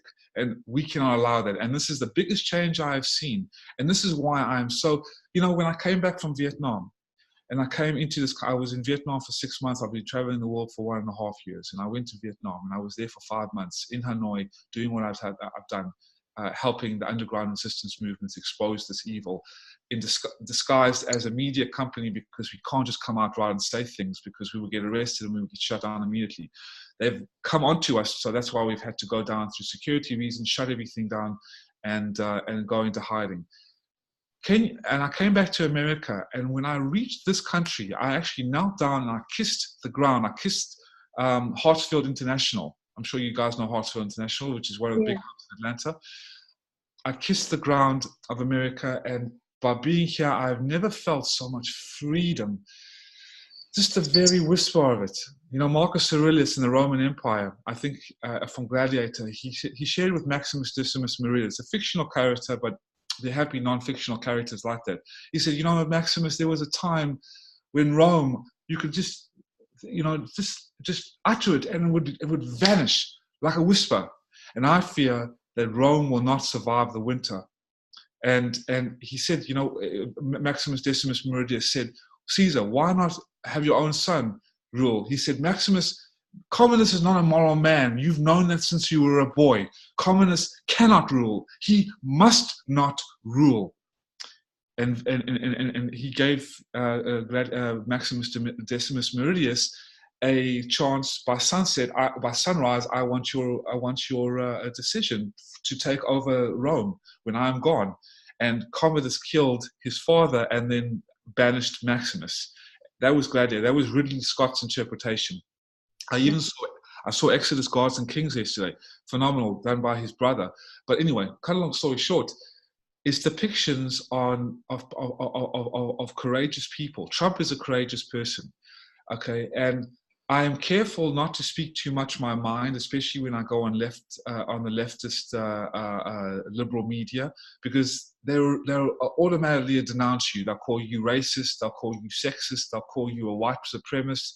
They'll call you a Nazi because you believe in the integrity of a man who is trying to try to keep our nationalist interest at stake, not white supremacist, not Nazi, loving America, out of the hands of these globalist elites. They want to destroy America. Just like how Britain and Italy and Spain and Switzerland are all wanting to leave the European Union and want self-governance, want self-sovereignty, want a nation of constitutional law and national pride. And this is what this is what Trump is trying to reinstate, rejuvenate, reinvent, and resuscitate from being from the claws of cultural Marxism, backed by the communist regime and the globalist scum like George Soros, to try and destroy. So, and President Xi is fully on board with that globalist agenda. I'm sorry to hear that. I was really hoping that he was going to turn it around a little bit, at least bring it into the killing. I have one question for you. You say you're from South Africa, yes. And I have no reason to doubt you.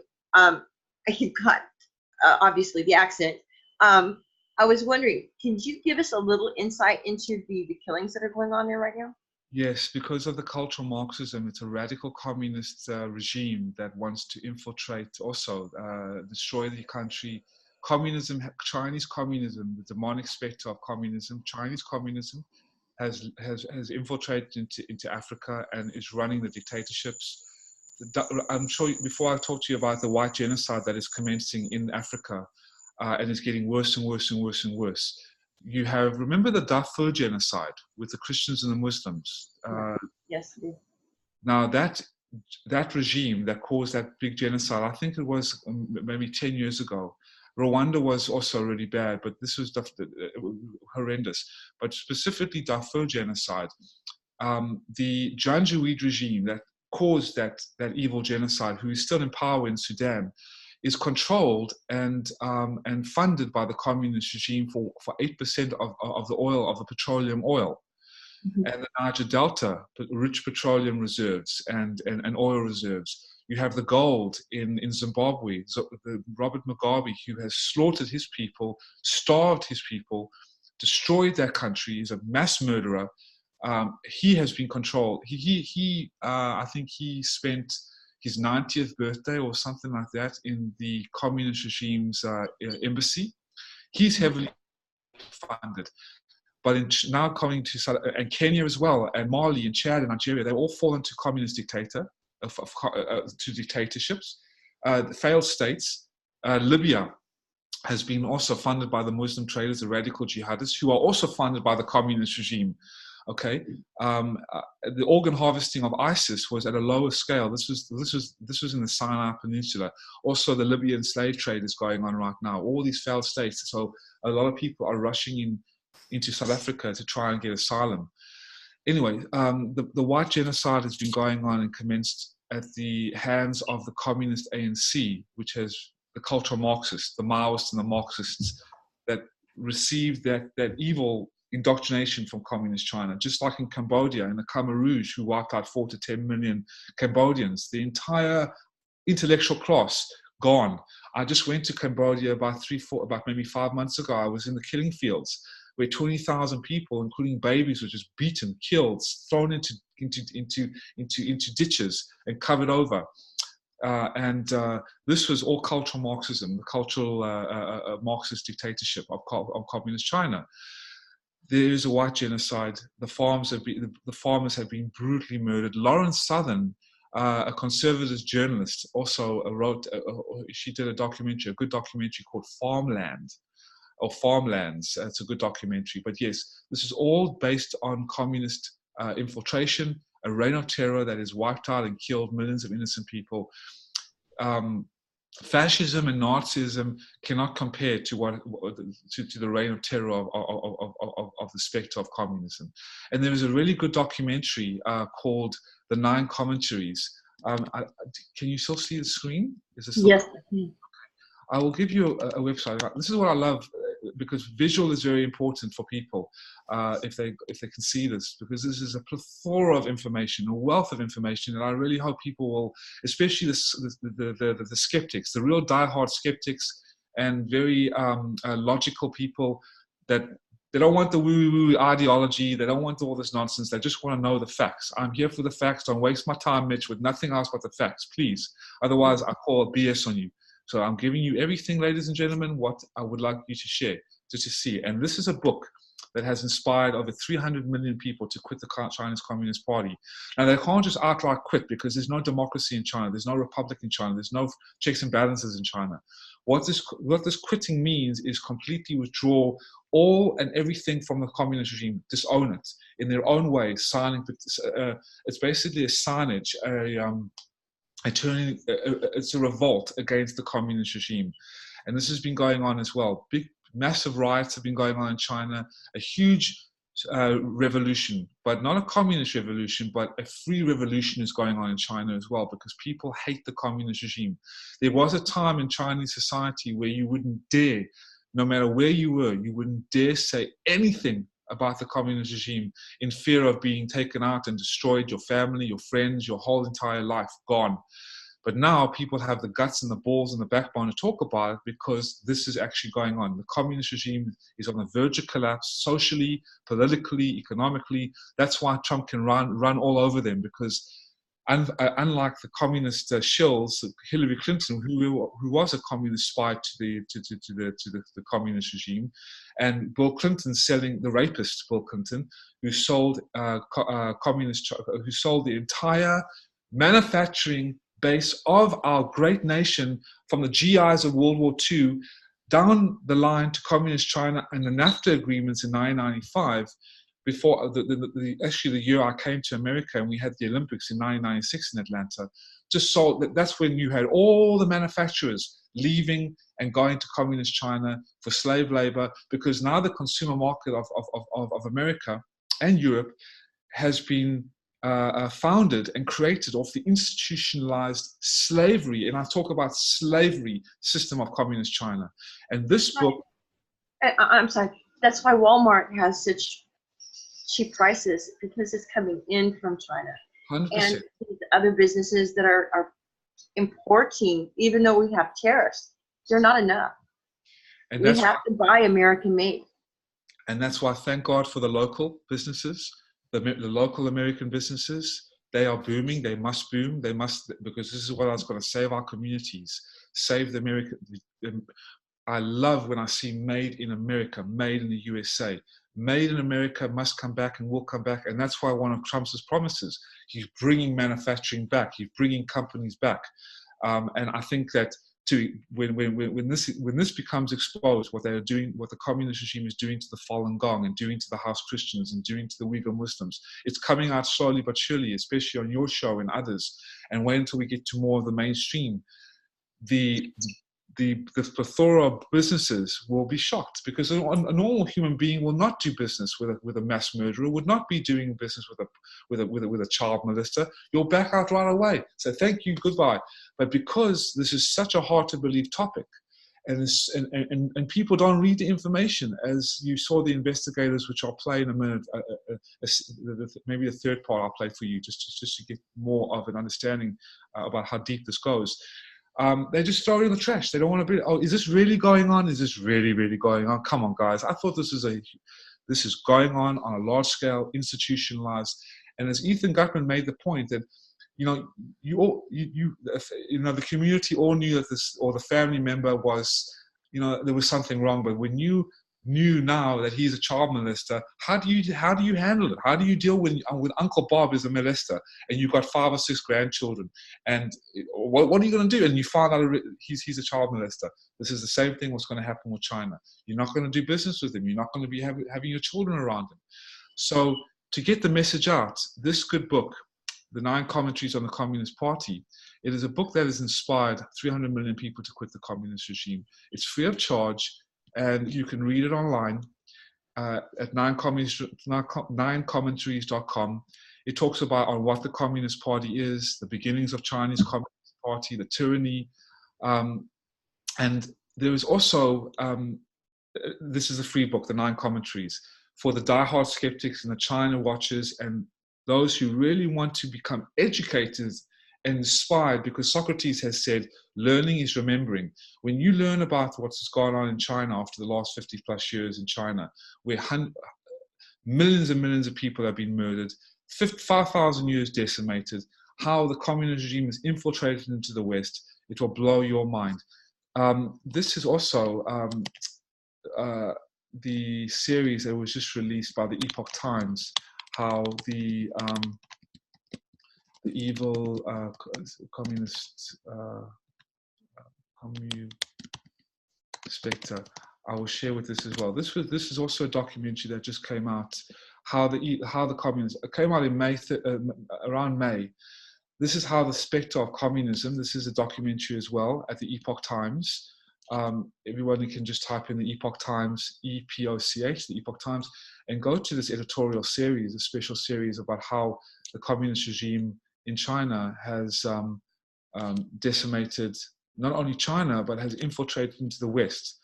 As you will see here, the spectre of communism did not appear with the disintegration of the Communist Party in Europe.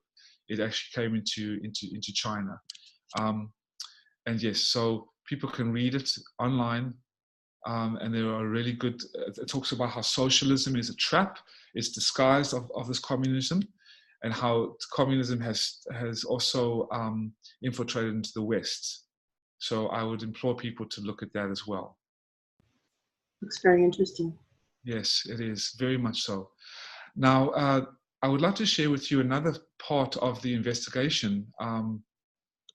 This is, I'll play Wendy Rogers in a minute, but I also wanted to share with you about the investigation. It's a little long, but I won't play too much. I don't know how much time we have left, but I would love to share with you guys this one, if I may. Yes, please. Okay. Here we go. Right. Is it coming in loud and clear? Days, I can still feel the fear, the Yes. trauma I experienced. Cultural revolution is a big tragedy in Chinese history. Communist Party aimed to destroy Chinese traditional culture. What they destroyed was basic human nature, was the way that our society was formed, the foundation of our society, the kindness between people. And my father's generation grew up in the midst of cultural revolution, and they watched their families and friends being picked out, publicly humiliated, and that's always been there in their mind. And as a result, Chinese people have learned to put their head down and not speak their mind. How has the Chinese Communist Party been able to maintain its grip on power without using the rule of law? As Anastasia said, it's totally hostile, harmful to the Chinese people, and not in line with Chinese traditions, but it's very much in line with what communism does.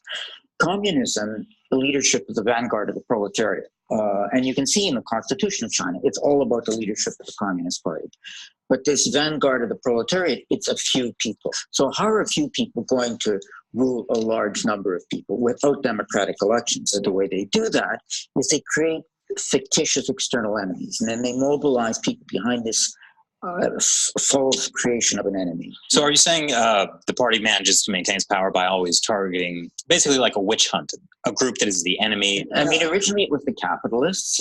You see, and before I shift, you see what Mueller is doing. He's creating a witch hunt. He's using the communist tactics to do this to Trump. Do you see? Yeah. Yes, we do see it. Oh, believe me, we do see it. The witch hunt. It's a complete. And then the cultural Marxists and the radical left, and they use CNN to weaponize the propaganda, to demonize outright lies, and manipulation. This is communist tactics. This is cultural Marxism.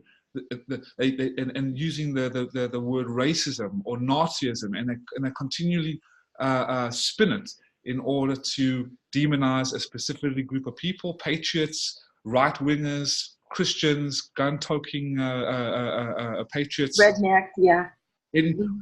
As what exactly? So that's the left. That's demonizing hardworking, good, solid, patriotic Americans who even if you believe in the Constitution now or believe in the red, white, and blue and the flag, you are racist. You are this. Yeah. I had something to actually interject on that. Since they quit teaching cursive in school, exactly, you cannot read the Constitution unless you can read cursive. Exactly, and one of the substitute teachers were actually fired for having his students pledge allegiance to the flag. Now, as a South African and a United States person, I will, with all my heart, I am honored to stand to support this flag, and I am honored to put my hand over my heart and pledge the allegiance. But you are penalized now. In school, you're not even allowed to pray anymore. Little children are not allowed to pray. This is absurd. This is cultural Marxism. You've got to rat out, and now they're teaching people, now they're teaching, as Anastasia Lin was sharing, to spy on and rat out your neighbors and your friends. If you support this, if you support that, someone wears a Make America Great hat, he's a Nazi and he should be splashed around. You have Maxine Waters and all these people saying, if you find them, go as a mob, as a communist-style mob, go and find them in their restaurants. And I mean, and so they come into these restaurants and they start harassing and throwing eggs and Nazi scum, get off our streets, Nazi, go home, white supremacists. This is all part of the cultural Marxist communist indoctrination. And this is how what David Mattis was sharing. May I continue? Yes, please. Okay. But then the Chinese Communist Party switched to capitalism. They had to find somebody else. Falun Gong was a good candidate because there was lots of them. They were everywhere. They were not going to defend themselves, and they were not communists. So they became a very easy target. David, I believe you had a point. Also, the Tibetan Buddhists have been treated outrageously. The Dalai Lama was probably one of the most admired people in Europe. The Christians have been persecuted. It's always someone. The Uyghurs have been persecuted, scapegoated. I think there were 45 atomic bombs set off in the Uyghur part of China. There is a quality of kind of always digging oneself out of a previous crime. The problem for Jiang Zemin was make Tiananmen go away. The Tiananmen Square massacre. Make Tiananmen Square massacre. go away, make it disappear. And how do you change the subject? How do you turn the page? But communism is remarkably clever when it comes to tactical moves. Okay, so we can often see that. If you've ever dealt with the Chinese Communist Party the way we have and sort of tangled with them, you see them reacting from day to day. But on a strategic level, they're not. No, they're quite blockheaded. There you see this attempt to, well, let's just turn the page by creating a new scapegoat, a new group. Let's turn to a new enemy. And that at least was the explanation. I'm not sure I completely buy it. I think there's a lot of explanations. I spent a lot of time in my book giving a lot of different possibilities for it. But that is one of the key ones. And that is the one he claimed was completely responsible for this. Turn the page, make Tiananmen go away, create a new enemy. Don't let the Public Security Bureau's muscles atrophy. Make sure they stay in shape. What is the origins of organ harvesting of prisoners of conscience in China? Well, there's some suspicion about earlier in the 90s, but really 1997 is when you can clearly say it took place. In the Gulzha incident, you have 6 high-ranking Chinese cadres arriving in Urumqi, and the doctor interviewed him. He's in Europe. He's told, go to the political prisoner wing in the Urumqi prison, start taking blood samples, map them out, map out who we've got. And, well, why do I have to do that? Well, just because we're going to have to start tissue matching these particular people. These guys get their organs, they leave, 6 more come. And this goes on for about a year and a half. These are tiny numbers. It's clear that something was happening at earlier time. It went to an industrial scale operation against the Falun Gong community, a peaceful community of 70 to 100 million people targeted by the chairman of the party, and they were killed, as we say, 41,000 transplants by 2006. We can find no other explanation that they were taken from Falun Gong prisoners of conscience who had been convicted of nothing, were put into work camps, were blood tested and so on, and then when somebody came from the United States or Canada, they were taken out of a work camp and were killed, and their organ was flown to the buyer in Shanghai. So this was a big shift from the history of the Communist Party persecuting its citizens to the organ harvesting of Falun Gong practitioners. Basically, you had prisoners being executed for their organs in the 80s. In the mid-90s, at some point, probably in Xinjiang is where it takes place, you have live organ harvesting. All right, that's when it seems to come in. 1995, 1984, we have Enver Tohti on record. He performs a live surgery. We have other witnesses who are in the same region who describe screams coming out of the organ harvesting vans as if somebody's still alive in there. Then we get the first political prisoners being harvested in 1987, and then in 1999, it all starts to really go into a different world, and that's where we enter the really high levels of organ transplantation. How do you harmonize this image that the CCP is portraying across the globe of being a powerful, respectable country with something as terrible as this happening behind the scenes? The image that we're discussing here of the CCP is not one that is particularly welcome, anywhere when dealing with China. Well, why isn't it? Companies are trying to do business in China. Right, because they don't want to know about mass killing. There are, states who are trying to deal with China on what, they're trying to get China to help them in some way, like cooperate with them on climate change, for example. I think the issue is not so much why are they doing that or how are they doing it. It's why we outside are not reacting to this better or differently. And I think the reason is there's a lot of willful blindness, that people make money, they've got personal or company or government reasons for wanting to do business with China. And so they just ignore this because it's more convenient to do that. Anastasia, you had a point? Yes, because the nature of the crime we're talking about here, the evidence amount to potentially crime against humanity. And because of the nature of the crime, it necessitates a response from foreign government if taken seriously. So everybody is intentionally, perhaps, turning a blind eye on this because no one wants to be the one that's responsible of the moral responsibility to do something, take action. Not everybody is. The government of Israel and part of the Knesset in Israel passed laws barring Israeli nationals from going to China for organs when they discovered, very renowned transplant scientist, Dr. G. Labby, discovered that patients were going to China for transplants at a particular time and place, and he realized then what was happening. So to their great credit, the Knesset passed laws barring trafficked organs. And of course, Taiwan has now done it last year, and Spain has done something quite similar too. So there are 3 countries that have shown real leadership in combating this. I think one thing the international community fails to realize is the differences in how the Communist Party structures the country versus in the West. For example, in the United States, it's not as if hospitals are answering directly to the US government. But in China, it's a very different situation with how the CCP has a direct hold on all levels of society. When I was in the Young Pioneer, every single class would have this vice chair of the Young Pioneer and numerous kind of heads or officials, class officials. And those are all commie youth officials. And they start at age 6 or 7. That's how micromanagement this party is.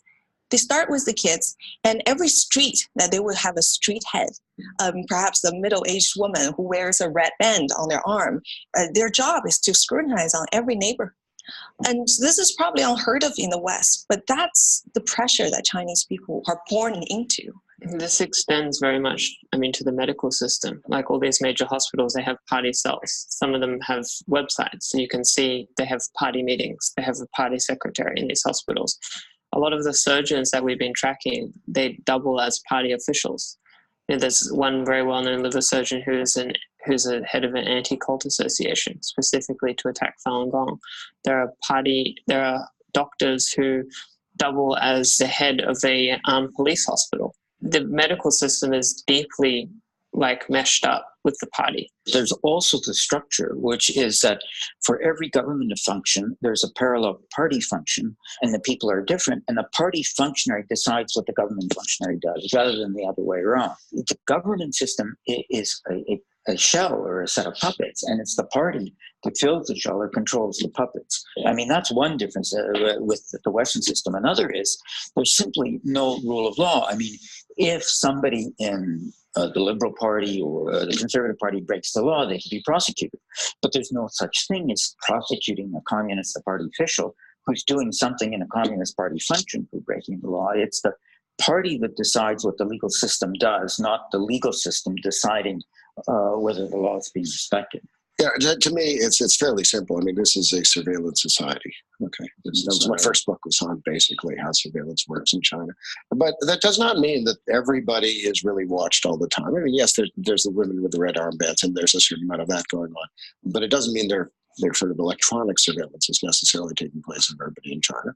But it does mean party members get watched. And it does mean the military gets watched. And where does organ harvesting begin? It starts in the military hospitals. It was always military hospitals run. And then the armed police get involved. And in fact, it becomes almost competitive between the armed police hospitals and the military hospitals. It is impossible for the Chinese Communist Party not to be watching that activity and blessing that activity. Okay, so right from the beginning, and we haven't even gotten into that topic, but this idea of rogue hospitals and triad elements, that this sort of idea gets danced out every once a year or so by the Chinese Communist. Can I just pick up on that military point?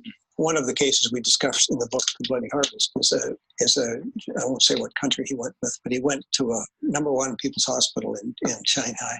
A Major 10 in uniform came in with a list of names. He went down the list, he picked out a name, came back 2 hours later with a vial with 2 kidneys in it. The kidneys didn't work. He went back 3 more times with 3 more sets of vials of kidneys. None of them worked. He went home to his country, came back for 3 weeks, 3 months later, and they went through the same thing again 4 times. So since it was 2 kidneys, every time 4 people were killed before he got his kidney. And Well, explain why that is such a shocking fact. That 4 people, undoubtedly some of them were Falun Gong, perhaps most of them were Falun Gong, were killed so that this guy could have a kidney. So it's impossible to be able to find on short order matching donor organs. In the West, people wait for organs, and there's long waiting times. With China, it's the reverse. They can get organs almost immediately. It's the sources that are waiting for a patient to show up. Or with kidneys, and people have 2 kidneys. In theory, you can donate 1 kidney and still survive. But we don't find surviving kidney donors. More recently, they set up a donor system, and it's possible. But when we were doing our initial reports, it didn't exist. So what we have is a vast organ donor pool, which is being killed when a patient arrives and needs an organ. So that was just the third. I can play the fourth one a little bit later, but as you can see, it's insane. It really, really is insane. That is insane. What I'd like to do is extend an invitation for you to come back once a week and possibly do an hour, hour and a half, and keep us updated if that would be possible for you. No, that would be wonderful. I would love to do that, and hopefully in the future, before this really explodes, because I'm telling you, mark my words, that very soon this will explode, and people will be soul-stirred, especially when it starts getting into the mainstream. I would love to share. Maybe you can invite David Kilgore or Enver Tohti on to share with you about this. Enver Tohti is the Chinese surgeon. He would love to come on the show. Anyone that you can grab and bring in, we would appreciate it. Yeah, they're welcome. And if you ever have anything that comes up that may be urgent that you need to get out to the masses, just feel free to message me, and we will do what we're doing now. And we'll pop on and we'll get it online and get it out there. Wonderful. And I would love to share with you the briefing. If I have some more time, do we have much time left? About 10 more minutes, if that's okay. I've got 2 more minutes. Then don't worry, that's okay. I've shared enough with you tonight, I'm sure. But if people would like to go on and see more of this, you can go to stoporganharvesting.org, endtransplantabuse.org. I sent you all the links. Also, for medical doctors or anyone in the health professional industry who wants to learn more about this, Doctors Against Forced Organ Harvesting, a medical advocacy group, a board of doctors, an amazing group of doctors have established a website and published their findings and their complete reports and videos and speeches. That is www.dafoh.org. And they can also find your work in Piercing the Veil in our Discord. Yes, absolutely. You'll be dropping things there still, I hope. Yes. We hope that you'll become just a regular person here. We really appreciate the information, and we really need to get this out there because people have lives, and like you said, they just give me the facts, and that's what we want to do. Absolutely, and just look on forced organ harvesting in China on YouTube. You can also go to the creme de la creme Kilgore Mattis report, and like I said, the 9commentaries.com. I showed you that. And also, if you would like to type in something that was very profound, it was done by the genocide study. It was a genocide study, Cold Genocide of Falun Gong. Just type that in the Google and it will come up. Cold Genocide of Falun Gong. This is a beautiful spiritual practice. It's also free of charge. If people would like to learn the exercises, great, at falundafa.org. Just look it up, ladies and gentlemen. It's all there, black and white, and I'm just so grateful to have shared with you today. Well, I'm sorry. Go ahead, Mel. That's all right. You're an absolute blessing. It's so refreshing to see somebody who devotes this much of their life to saving other people and saving people that they've never met and they probably will never meet. And I think if more of the world was like this, we'd be in a lot better place. So, God has you on a specific mission. We are certainly glad to have you as a fellow American, and this platform will always be here for you in case you ever need us. Thank you, sir. And I wish we took Vietnam. I wish the Americans, 50,000 American troops, beautiful, wonderful. And I was there. I saw what Vietnam has become. It's become an absolute crap hole. I wish the fall of Saigon never commenced, because I tell you, the people in Vietnam, especially the younger generation, they want the American Republic. They want the American freedom. This is the greatest country on earth, ladies and gentlemen. Be proud that you're American. Be proud that you are a patriot. Be proud to believe in our great president and leader, Mr. Trump. Be proud to fly that American flag, and be proud to pledge allegiance to this great country for which it stands, one nation under God, indivisible, with liberty and justice for all. So God bless this patriot movement, and I'll see you guys soon. Amen. Thank you, amen. And thank you, Lionheart. You've got the heart of a lion. Thank you. Thank you, Patty. Take care, guys. All right. We'll be talking to you again. Thank you very much. That was Lionheart, everybody.